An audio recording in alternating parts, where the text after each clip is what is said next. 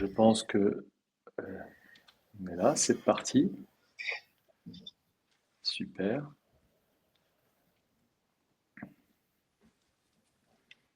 On va attendre peut-être quelques secondes que peut-être certains se connectent, mais on va lancer tout de suite la session.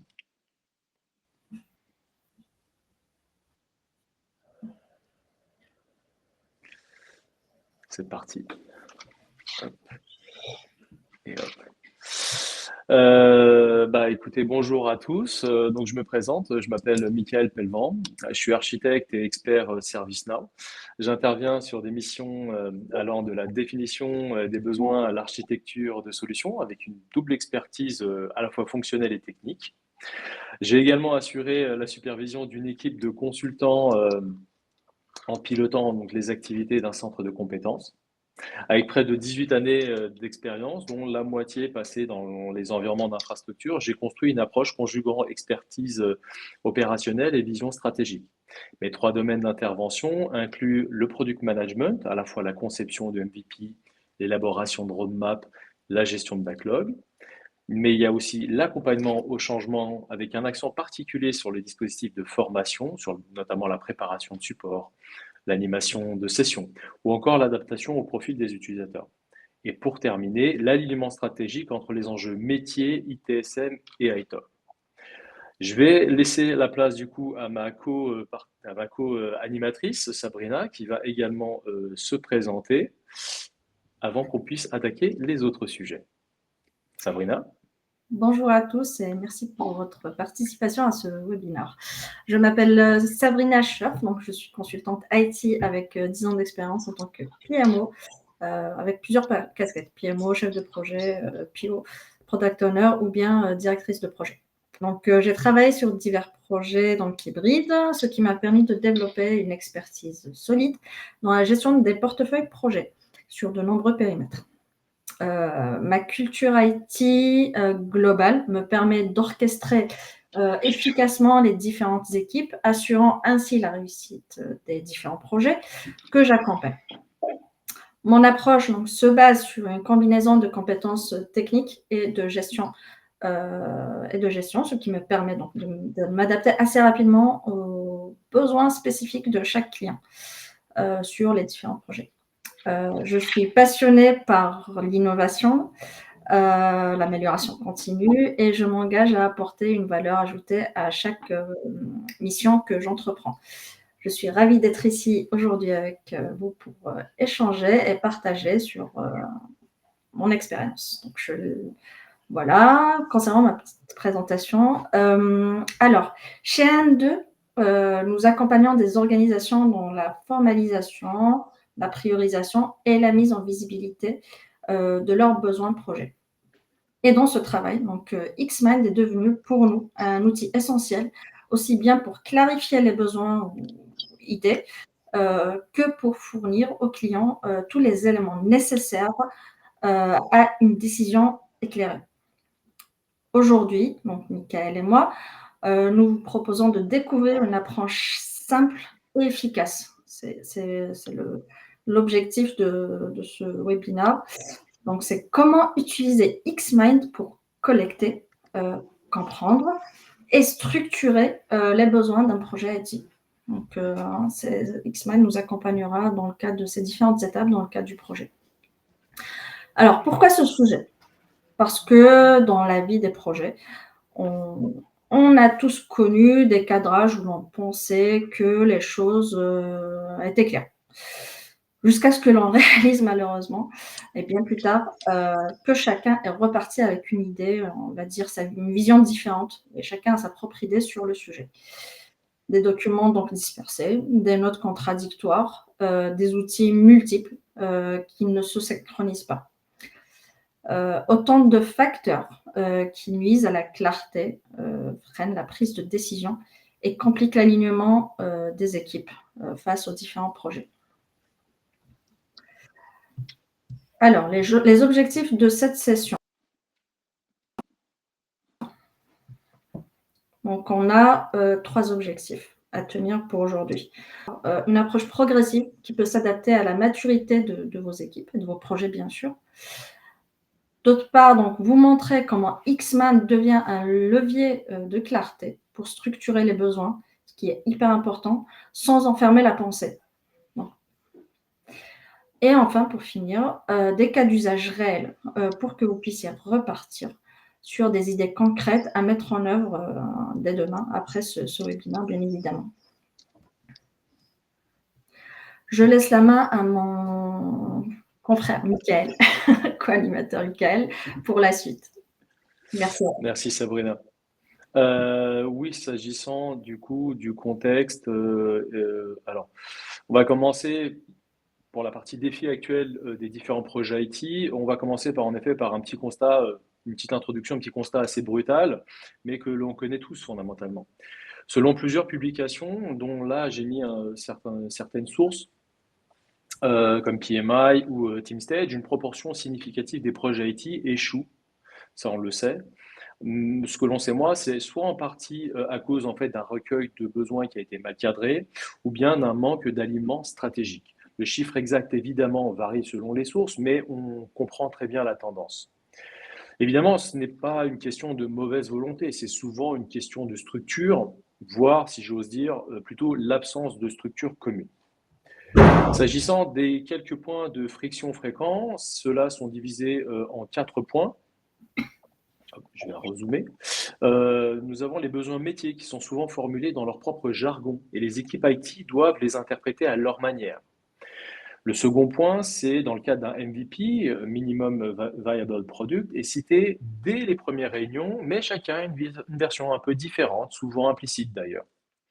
Pire encore, beaucoup s'arrêtent à la seule livraison de ce MVP, sans penser, ou mal penser si j'ose dire, à la suite. Or, le MVP n'est qu'une première brique et une base sur laquelle il faut construire, ajuster, faire évoluer la solution ou le produit en fonction des premiers retours terrain, notamment, mais aussi des besoins réels qui vont se manifester à moyen terme. S'agissant du troisième point, donc les outils structurants comme Excel, PowerPoint ou Jira sont évidemment indispensables pour formaliser, planifier et suivre l'avancement d'un projet. Ça, il n'y a pas de débat sur le sujet.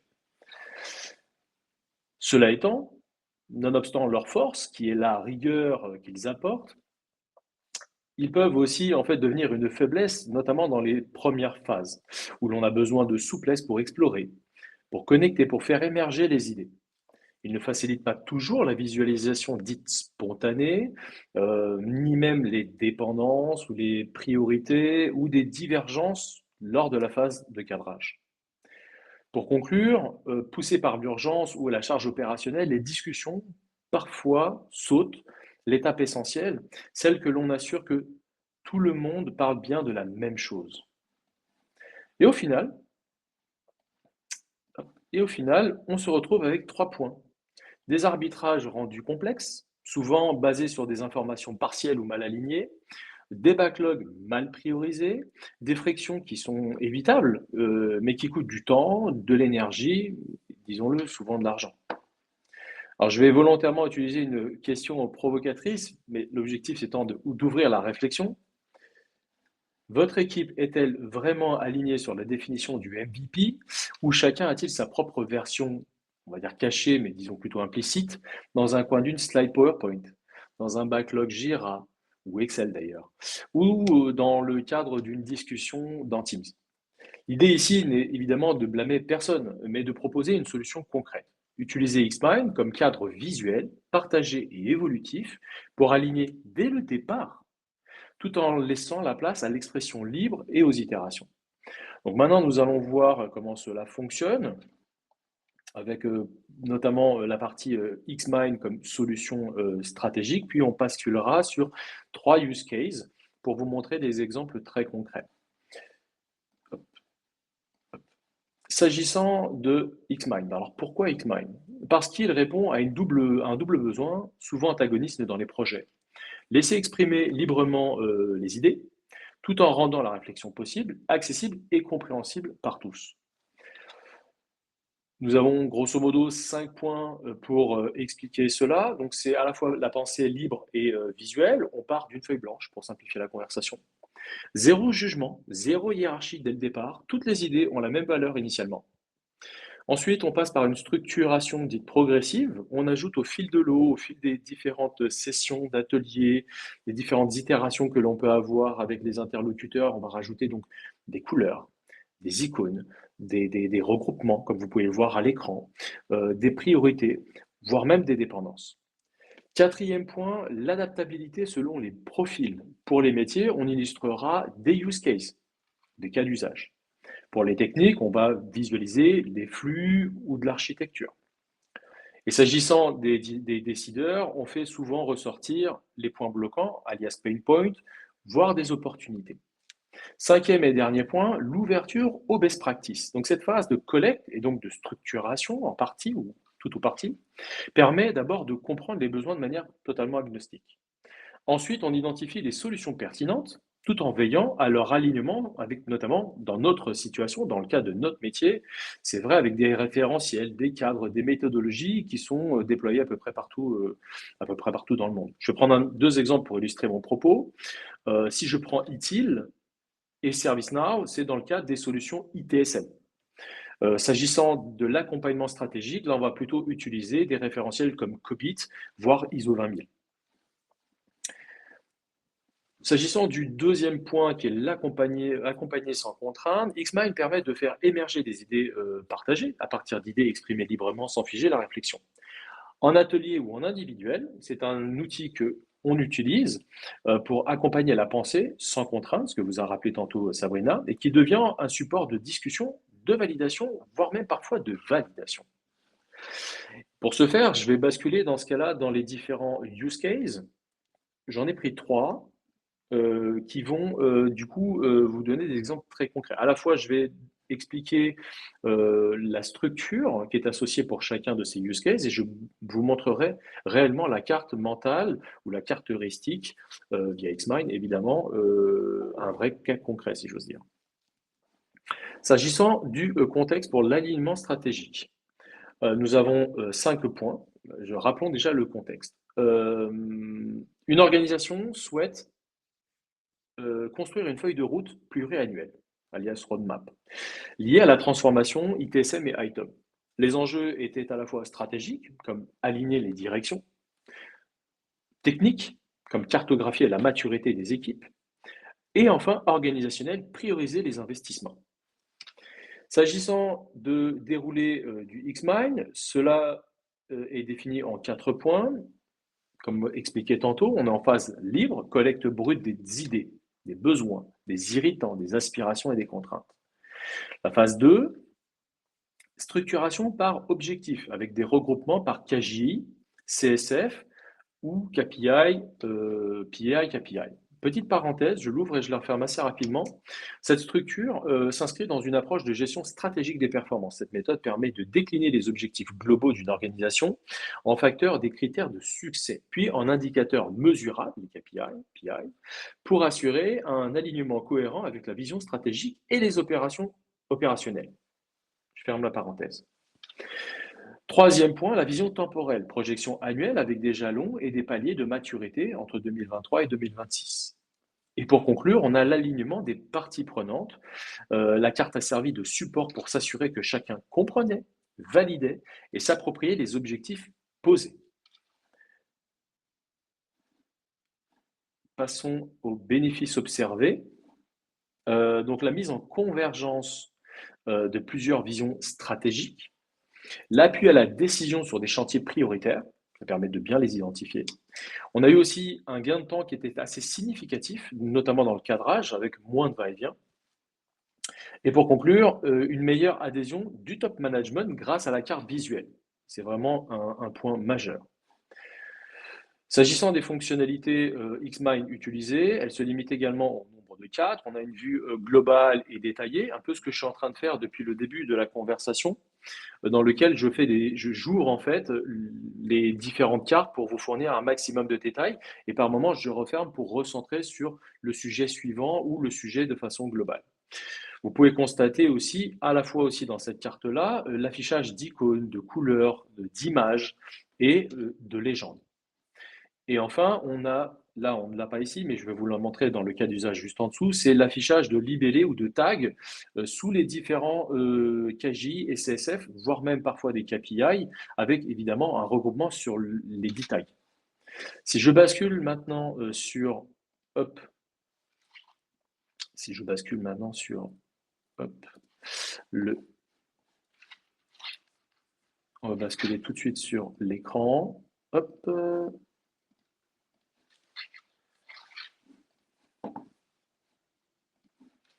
normalement vous devriez, ah non, c'est pas le bon.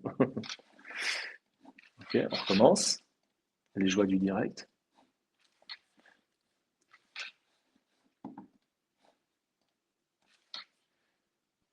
Voilà.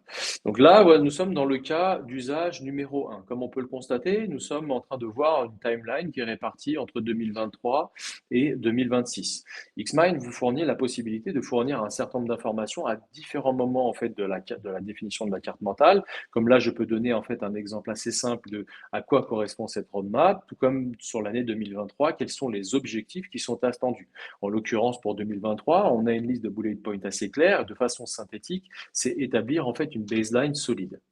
Comme vous pouvez le constater, ici nous avons un certain nombre d'informations sous les différentes blocs annuels, et en l'occurrence c'est ça que j'appelais les libellés, les tags. On peut définir un certain nombre d'informations, et je vais vous montrer après pourquoi cela est intéressant. La seule chose que l'on peut voir, si je déplie par exemple 2023, on peut voir les différents KGI et CSF. Je reviendrai sur le panneau de gauche après. Sur les différents KGI et CSF qui regroupent en fait, qui composent pardon l'année 2023. Dans cet exemple, j'ai volontairement encadré en fait un certain nombre de KGI et des CSF qui sont sous-jacents. Donc si je déplie le KGI 10, on peut voir qu'il y a le CSF 11, 12 et 13. Chacun bénéficie à la fois d'un niveau de priorité, on le voit à travers le chiffre ici, 1, d'un niveau de maturité ici, et d'une classification qui permet d'identifier de façon claire que cet objet-là est un KJ. Même salade, si j'ose dire, s'agissant des CSF, où on a des niveaux de priorité qui divergent, mais qui appartiennent toujours au même objectif global, avec un niveau de maturité associé et une classification qui permet d'identifier clairement que celui-ci est un CSF. Et c'est vrai pour les autres thématiques qui le composent.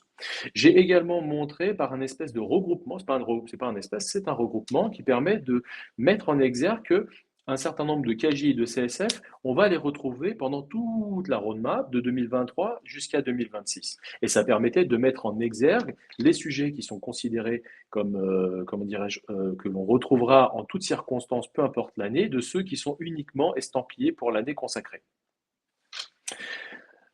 On peut constater aussi que pour chacun des KJ et des CSF, on retrouve un certain nombre d'informations. La structure que nous avons mis en œuvre à l'époque était assez simple. Elle consistait en fait à pouvoir faire des regroupements, c'est-à-dire que la CSF ici 11 et la 12 traite des sujets de la CMDB et la 13 traite des sujets de gouvernance. Et on a fait un regroupement pour que la KJ 11 puisse avoir l'entièreté des informations. Et ces mêmes informations, on les retrouve, en tout cas ce même schéma, on le retrouve sur tous les KJ et sur tous les CEF, avec le cas échéant des informations identiques, dans d'autres circonstances, des informations différentes. Et on a fait un travail complémentaire pour dire que, par exemple, pour regrouper toutes ces informations-là pour l'année concernée. Pourquoi en fait on a fait un tel travail? Parce que si par exemple je veux faire un focus, mettons sur la CMDB, je peux, grâce aux fonctionnalités fournies par Xmind, faire un highlight sur la CMDB et ça permet d'avoir une image at glance, d'un coup d'œil, l'entièreté en fait des KJ et des CSF directement qui traitent de la CMDB. J'aurais pu faire la même chose sur d'autres sujets et on peut voir dès à présent que le sujet CMDB apparaît en 2023, 2024, 2025, 2026 et notamment sur des sujets pluriannuels. Voilà. Je peux, le cas échéant, faire. Oui, vas-y. Si je peux me permettre, dans le cadre d'un suivi de portefeuille projet, ça c'est hyper important d'avoir une vision détaillée sur des éléments bien particuliers, parce qu'à un moment donné, sur des projets sur plusieurs années, on est un peu noyé par rapport aux différentes infos dans le cadre des projets. Donc, Tout à fait. Et c'est tout à... Merci Sabrina d'avoir enrichi le sujet parce que tu as tout à fait raison. Petite parenthèse, je l'ouvre volontairement, mais elle est en lien avec le sujet évidemment. C'est comme j'avais dit, il y a certains sujets qui sont pluriannuels. Mais les différentes priorités peuvent changer ou la maturité peut changer. Si je prends par exemple le KGI 10 qui en 2023 était au début, en 2026, puisque là on saute de deux années, on voit on est à peu près au niveau de maturité enrichi. Ce qui est intéressant dans Xmind, c'est que Xmind fournit la capacité d'ajouter des légendes. Et donc on peut le voir ici dans le volet légende sur le volet de gauche. À quoi correspond 1, 2, 3? Ici dans notre situation, c'était les niveaux de priorité. J'ai défini aussi les niveaux, l'échelle de maturité et j'ai pu fournir des compléments d'information, ce que je vous ai expliqué tantôt. Grâce à Xmind, on a cette capacité visuelle de regrouper un certain nombre d'informations, de les mettre en évidence, de les mettre, de rendre visuelles, et je trouve que c'est très agréable. Et nonobstant cela, on a aussi cette capacité de pouvoir prendre des décisions. Et le client, grâce à ça, a été ravi de pouvoir voir qu'un certain nombre de ces sujets n'ont pas été mis dans sa roadmap puisque c'était absolument pas réaliste. Et pour les cas qui avaient été réalistes, qui avaient été considérés comme réalistes, de pouvoir mettre l'accent sur ces sujets avec les niveaux de priorité et d'investissement.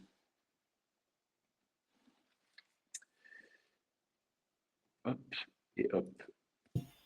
Si je passe dorénavant au second use case, et je vais repartager l'écran.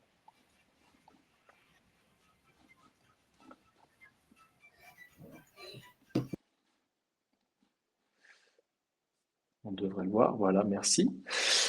Donc le traitement des incidents sensibles, périmètre de cloisonnement.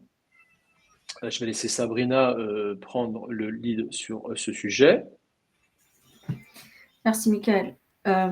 Alors, dans le cadre de ce périmètre-là, en tout cas autour des incidents sensibles, il était sujet de créer donc un POC, un Proof of Concept, pour la gestion de ces incidents de sécurité. Donc là, l'organisation en question a dû faire collaborer différentes équipes avec des visions, on va dire, complètement différentes, contraintes radicalement par chacun, enfin par leur périmètre respectif. Donc, ça pouvait être l'ITSM, gouvernance ITSM, des analystes sécurité, intégration applicative et juridique. Donc, comme vous le voyez, chacun a son métier, chacun a sa vision et chacun a sa manière de faire, de travailler dans le cadre de son périmètre. C'est important d'avoir en fait cette connaissance dès le départ. Le défi donc est de faire émerger une compréhension partagée sans imposer un formalisme trop rigide pour l'ensemble de ces acteurs. Donc, il est important que chacun se repère dans cette manière de faire. Donc, quel était l'apport de Xmind dans cette situation Donc, l'apport, il est en nombre de cas. D'une part, ça a permis à ces différents profils de collaborer de manière collaborative et leur a permis donc une expression libre de leurs besoins, de leurs préoccupations sur leur périmètre respectif et dans une dynamique donc horizontale. Donc organisation donc par zone sensible, les branches donc, ont permis de structurer les thématiques comme le cloisonnement qui était très important. Donc le cloisonnement de données, la confidentialité, les droits d'accès ou encore le cycle de vie spécifique aux incidents de sécurité. En troisième point, on a la visualisation des limites du POC. Donc, il est important qu'un POC n'est pas nécessairement réalisable en l'état. Donc, excusez-moi, il y a mon fils derrière. Excusez-moi. Du coup,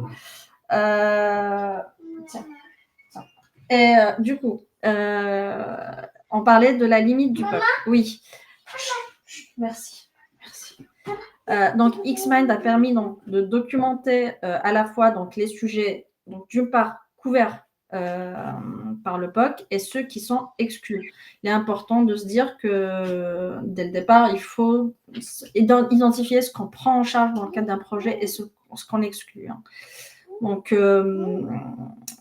ça a permis d'éviter toute confusion, notamment au sujet des périmètres touchés par la problématique traitée. Et pour finir, la planification des next steps, des prochaines étapes.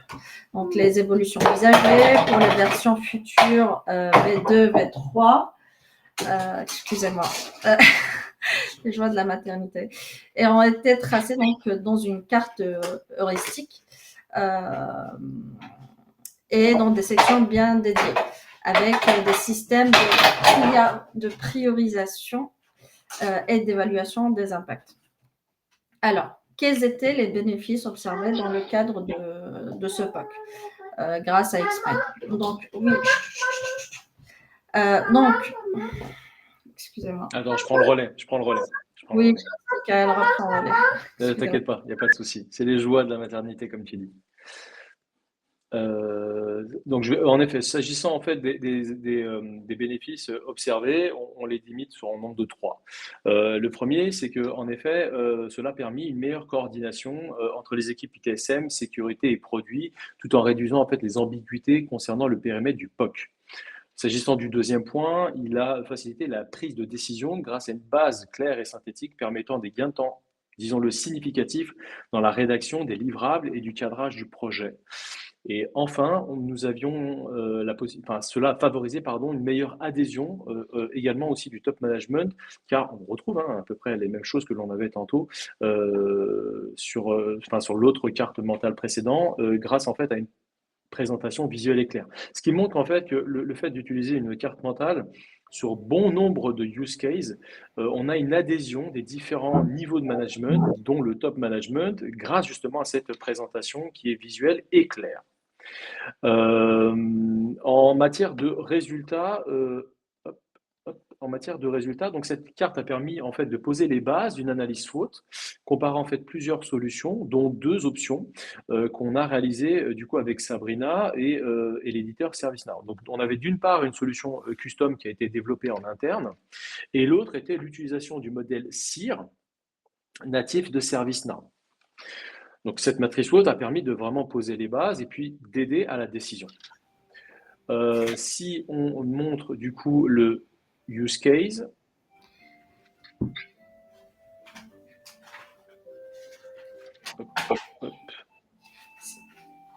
Si je peux me permettre juste une remarque, c'est que dans le cadre de ce projet, chez ce client en particulier, on avait un peu du mal à se situer par rapport à on va dire, un projet handmade, on va dire, où on faisait tout les développements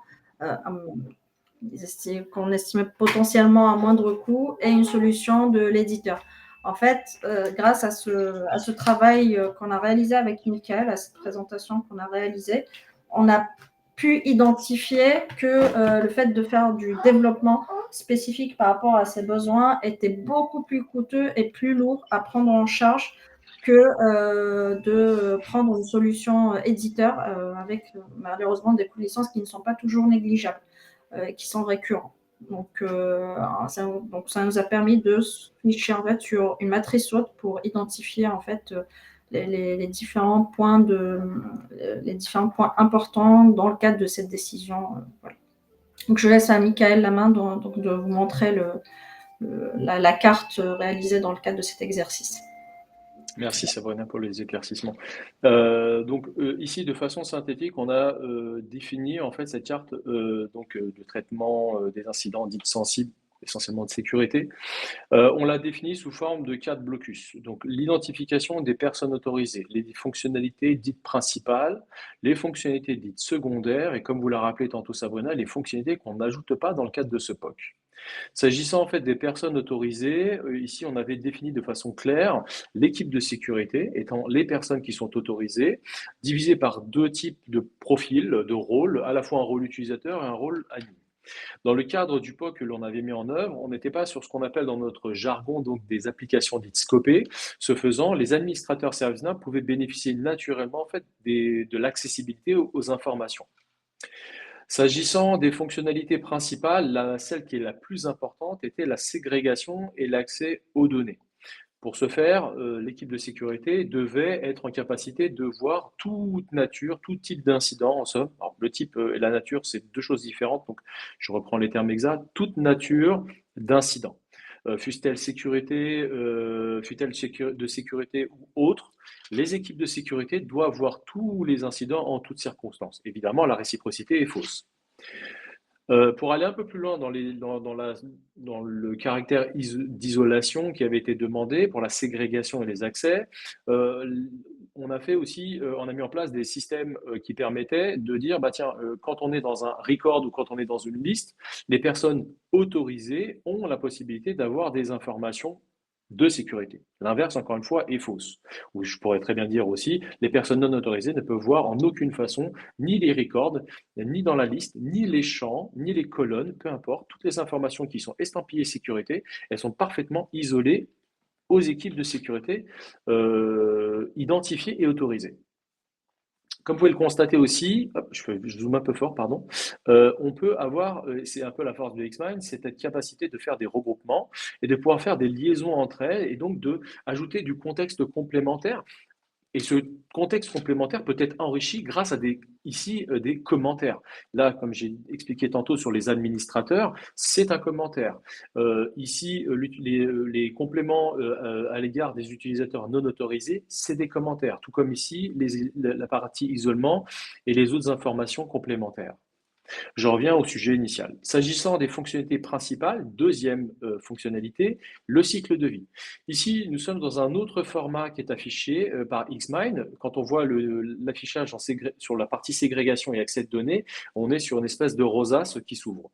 Dans le cadre du cycle de vie, on est plutôt sur une timeline, à l'instar de ce que je vous ai montré tantôt sur la partie alignement stratégique, où là, on peut voir le cycle de vie natif de ServiceNow en l'occurrence, celui sur lequel on a décidé de partir et de pouvoir montrer les différentes étapes de celui-ci. Et lorsque le cas se manifeste, de pouvoir montrer des informations connexes mais contextuelles. Autrement dit, dans le cas d'un incident, on a la possibilité de mettre en pause cet incident et dans ce cas-là, on doit identifier ce qu'on appelle les raisons. Est-ce qu'on met en pause l'incident parce qu'on attend des informations de l'utilisateur, d'un autre processus ITSM ou bien d'un fournisseur? Cette information-là est également vraie dans le cas de la résolution qui permet, grâce au resolution code, d'identifier les informations liées à la résolution et de faire évidemment a posteriori des rapports et de pouvoir en identifier d'autres types d'actions et de leviers et de décisions.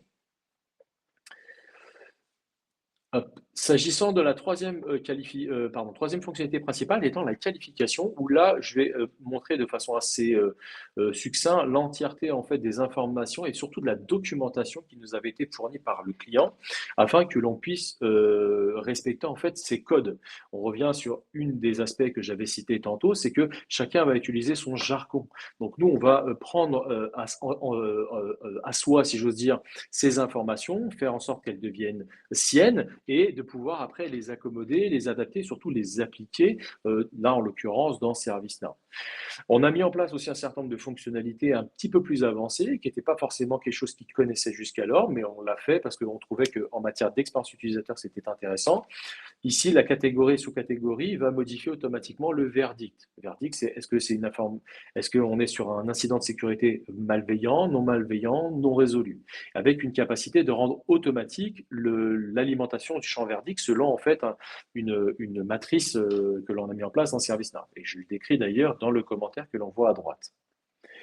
S'agissant de la vulnérabilité, pareil, c'est une liste grosso modo à l'instar de ce que l'on a pu voir sur les raisons ou sur le code de résolution dans le processus.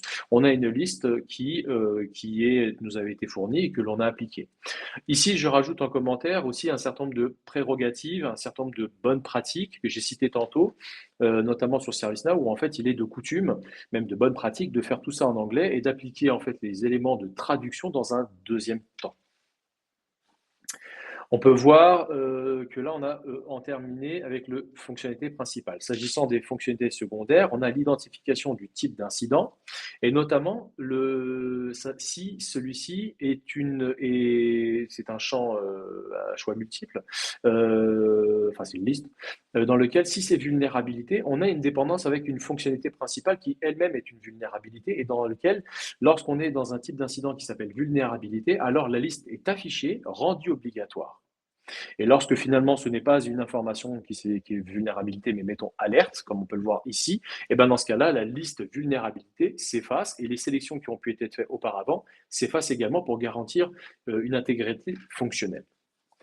On a apporté d'autres fonctionnalités que j'ai citées, notamment la traduction, avec le respect des best practices. On a apporté des accommodements sur la partie UX, d'autres informations que l'on a gardées soit par défaut dans ServiceNow, soit qu'on a enrichi, notamment les sources, la sévérité, les alertes. Bon, grosso modo, ce sont des choses que l'on trouve globalement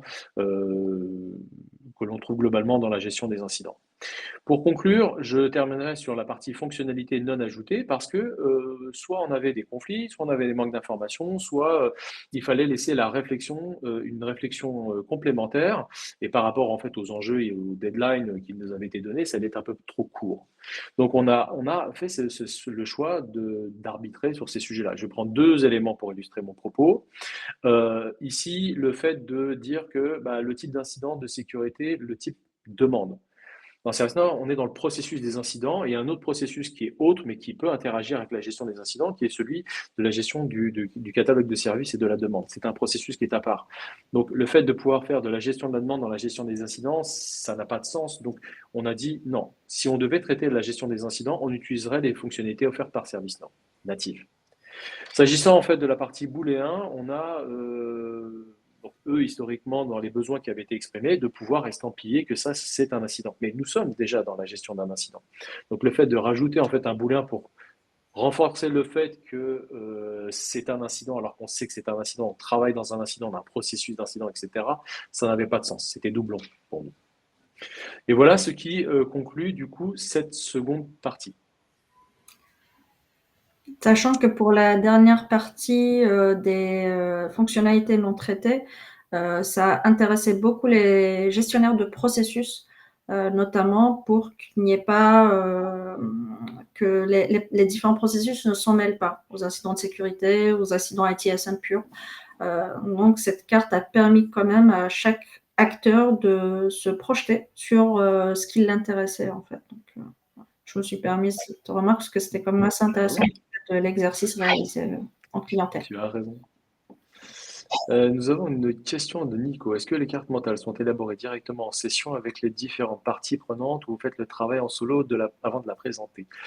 Je te répondrai, Nicolas, juste après, parce que nous avons une session de questions-réponses et parmi les questions que tu poses, ça fait partie des questions que nous avons régulièrement lorsqu'on fait des présentations, Sabrina et moi, via Xmind. Donc, je garde un peu le suspense. S'agissant du coup, si on peut revenir du coup à la carte, voilà, merci. Passons maintenant en fait à la troisième structure et pourquoi on a utilisé la carte Xmind, pardon, pour ça fondamentalement. Donc je vais expliquer le contexte. Donc dans le cadre de la mise en place de ServiceNow Automated Test Framework, ou communément ATF, il s'agissait en fait de comprendre les mécanismes en fait du framework pour bâtir une stratégie de test, de recette progressive et durable autour des processus ITSM. Donc l'objectif était assez simple, disposer d'un jeu test réutilisable pour fiabiliser les releases futures. S'agissant du déroulé dans Xmind, alors petite parenthèse, j'ai oublié juste un propos, l'enjeu était double. L'enjeu en fait était double parce qu'on avait à la fois structuré les niveaux de tests, on le verra dans la carte mentale tout à l'heure, parce qu'en fait, il y a trois grosso modo principales activités qui composent, on va dire, ATF, c'est-à-dire les tests plans, les tests case et les tests unit. J'y reviendrai dans un deuxième temps.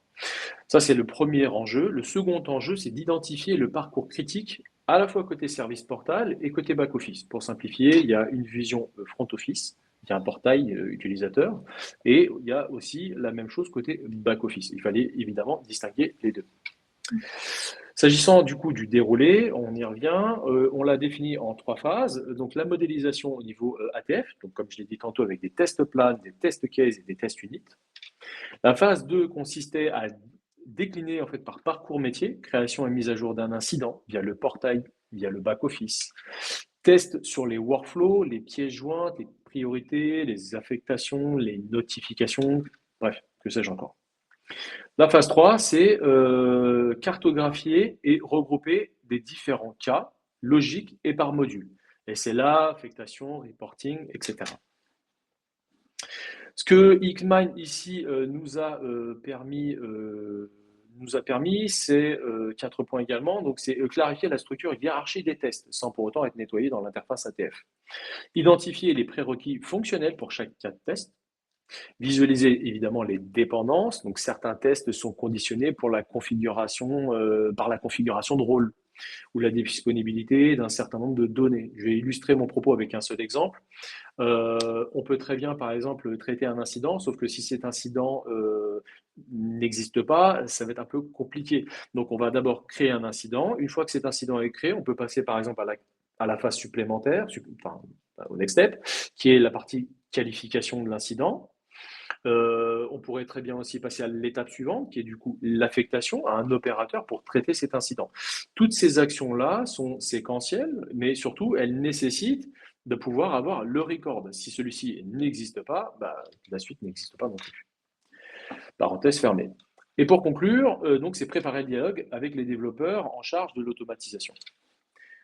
Les bénéfices observés sont également en nombre de 4. On a un gain de temps entre les équipes QA et Dev, et notamment aussi, et c'est le point numéro 2, c'est base de discussion qui a été claire entre les PO, les testeurs et les développeurs. Le fait d'avoir vraiment fait une carte dédiée a permis de très clairement comprendre les tenants, les aboutissants de chacun et de bien structurer aussi les différents schémas, les différentes stratégies de test. La réduction des risques de régression de production, le fait d'identifier ce que moi j'appelle des tests cardinaux en l'occurrence, pardon, qui permettent de dire qu'en toutes circonstances, peu importe les fonctionnalités nouvelles qui vont arriver dans les futures releases, elles ne doivent pas être impactées.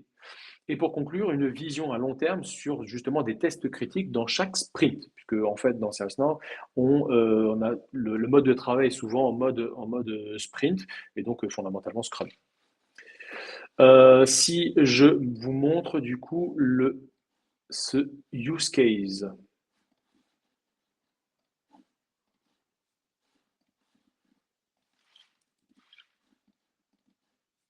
On devrait le voir, merci. Donc, comme je l'ai dit tantôt, nous avons à la fois les plans de tests, nous avons les tests case et nous avons les tests unitaires. Et donc, dans ce schéma-là, j'ai vraiment pris des exemples concrets qui m'a permis de vraiment comprendre. Si je fais un focus sur la partie test plan, évidemment, je donne une définition pour comprendre les tenants, les aboutissants de cette fonctionnalité. Ici, j'ai créé volontairement incident management, qui est le parent, et d'utiliser en fait les relations parent-enfant au sein d'une même table pour définir en fait les sous-structures. Donc ici, par exemple, nous avons incident management qui est le parent. Ici, on a lifecycle notification, etc., qui sont des child. On le voit à travers les libellés et qui ont leur propre ID, n'est-ce pas? D'ailleurs, là, des petites confusions, je me suis planté ici, mais c'est pas très grave. Et cela donne, si je devais donner une image, là, par exemple, on a incident management lifecycle, incident management notification, et ainsi de suite.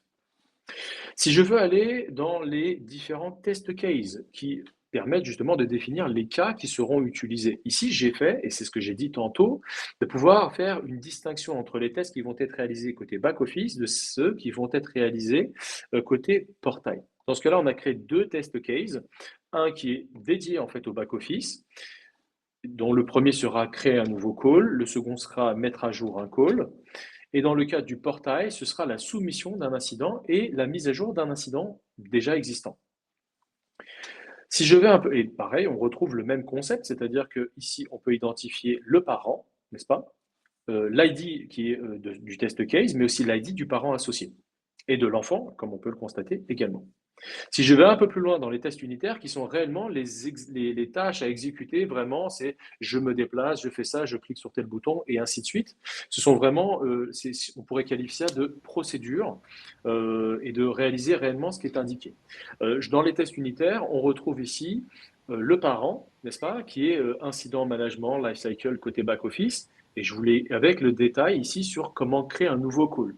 Si je prends le second, qui est toujours côté back-office, il est ici sur comment mettre à jour un call existant. Si je prends le troisième, celui-ci, il est porté sur le portail de service. On voit bien pour les experts ServiceNow que nous sommes, le /sp, qui permet de nous rediriger directement sur le portail avec la recherche à travers le portail de la navigation, d'aller rechercher l'information qui nous intéresse, notamment Submit un IT incident, qui est un article de catalogue, et qui va automatiquement créer un incident depuis le portail vers la table des incidents. Même chose du coup sur le dernier use case qui permet aussi depuis le portail, de mettre à jour un incident existant.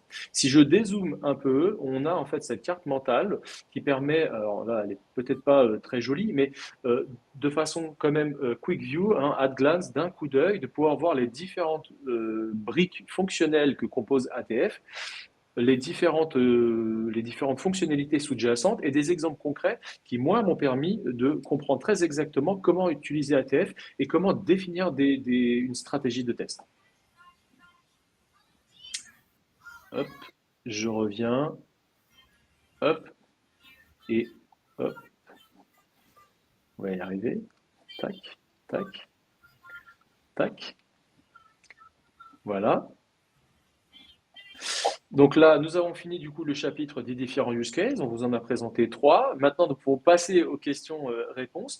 Donc, je vais commencer par lire déjà celles qui ont été, comment dirais-je, qui nous ont plus été remontées.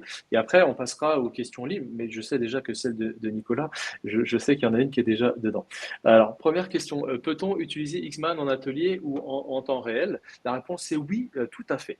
Moi, personnellement, je l'utilise parfois en partage d'écran, à l'instar de ce que l'on a fait au cours de cette session, lorsque j'ai souvent le rôle de scribe dans un atelier. Je vais laisser du coup l'animateur de l'atelier faire son travail, aller sur les sujets essentiels qu'il doit mener, et en parallèle de ça, moi, je vais prendre des notes et je vais commencer à constituer la carte mentale pour enrichir en fait l'atelier et notamment parfois les prises de décision.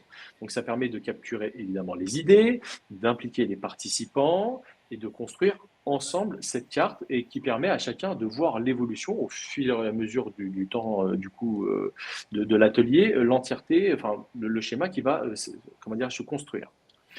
Par ailleurs, c'est un moyen aussi de reformuler et pour valider la compréhension. Ça fait partie des points que l'on a relevés tantôt. Chacun a son jargon, ses propres termes, ses propres acronymes. Le fait que moi, en tant que scribe, je mets l'énergie là-dessus, à ma façon, avec mes propres mots, ça permet aussi de se mettre à un même niveau de compréhension. S'agissant de la seconde question, existe-t-il une méthode pour prioriser les besoins une fois structurés? Alors, il en existe plusieurs, évidemment. Je l'ai choisi en fonction du niveau de maturité du groupe et de la nature en fait, des sujets, des projets abordés. Le plus simple et souvent le plus efficace, en tout cas dans ce que j'ai pu faire jusqu'à présent, ça reste la matrice valeur-effort. C'est la matrice RICE, donc R-I-C-E, Reach, Impact, Confidence et Effort, qui permet en fait de positionner en fait les besoins selon leurs impacts et leur complexité, voire leur valeur ajoutée. L'objectif, c'est d'identifier la valeur ajoutée. Mais sur certains projets, notamment lorsqu'on travaille en mode produit ou avec des équipes métiers, une technique mixte, je privilégie des logiques un peu plus construites, matrice d'impact, jalonnement par version, V1, V2, V3, ou même un classement par criticité ou même des dépendances fonctionnelles. Ce qui compte surtout, c'est d'en faire, encore une fois, un moment collectif. On ne priorise pas seul dans son coin, évidemment, on le fait en séance, avec les parties prenantes, autour d'une table, une feuille blanche, pour que chacun comprenne, adhère et surtout arbitre. Troisième question, comment gérer les évolutions successives des cartes? C'est un point que je rencontre souvent, surtout sur les projets longs ou avec des enjeux métiers qui sont forts. Ce que je fais, moi, c'est très simplement, je versionne la carte, je le mets directement dans le nom du titre et dans le nom du fichier d'ailleurs, et je garde toujours une copie archivée à chaque fois. Ça permet de revenir en arrière le cas échéant, ça permet de dire très bien, on a plusieurs sessions d'atelier, là c'est la version 01, 02, 03 et ainsi de suite, jusqu'à ce qu'on arrive à une version que l'on va livrer, qui est la version 1, qui va statuer sur les travaux, sur les différents échanges que l'on a pu avoir. Et pendant l'atelier, j'utilise, comme vous l'avez pu le constater, des balises, enfin la partie label, mais les icônes aussi, les commentaires, les encadrements, les images, tout ce qui peut en fait aider à faciliter la compréhension et l'appropriation du contenu. Et surtout, je garde dans un espace, ce que je disais tantôt, voilà, enfin, des notes latérales, c'est un peu ce que j'ai fait volontairement ici. Ceci représente la liste des questions qui nous sont le plus posées. Ça permet de rajouter du contexte, parce que l'avoir des images, des icônes, etc., c'est très bien, mais une image vaudra toujours mieux qu'un long discours, mais de temps en temps, un petit discours, ça aide également. Peut-on exporter les cartes pour les intégrer dans d'autres outils? La réponse est oui. Xmind permet de faire plusieurs exports, format d'export, des images, des PDF, des PowerPoint, des markdowns, donc dans des formats structurés qu'on peut utiliser par exemple dans Confluence. Je m'en sers régulièrement pour intégrer certaines branches dans des spécifications fonctionnelles ou pour illustrer des besoins dans Jira. Je prends un exemple très simple, l'ensemble des cartes mentales et notamment la seconde, le deuxième use case sur la partie incident de sécurité. Une fois que je l'avais conceptualisé, je l'avais mis dans un Epic dans Jira et dans Confluence pour du coup fournir l'entièreté des éléments pour qu'après derrière on puisse construire les différents user stories qui vont appartenir à cet Epic. Et donc ça permettait de bien identifier les user stories, les différentes dépendances, surtout l'ordonnancement éventuellement des user stories lorsqu'il y en avait. Cinquième et avant-dernière question, comment éviter de tomber dans le piège du trop-plein d'informations de la carte? C'est vrai que c'est un point de vigilance. Ça, c'est une réalité.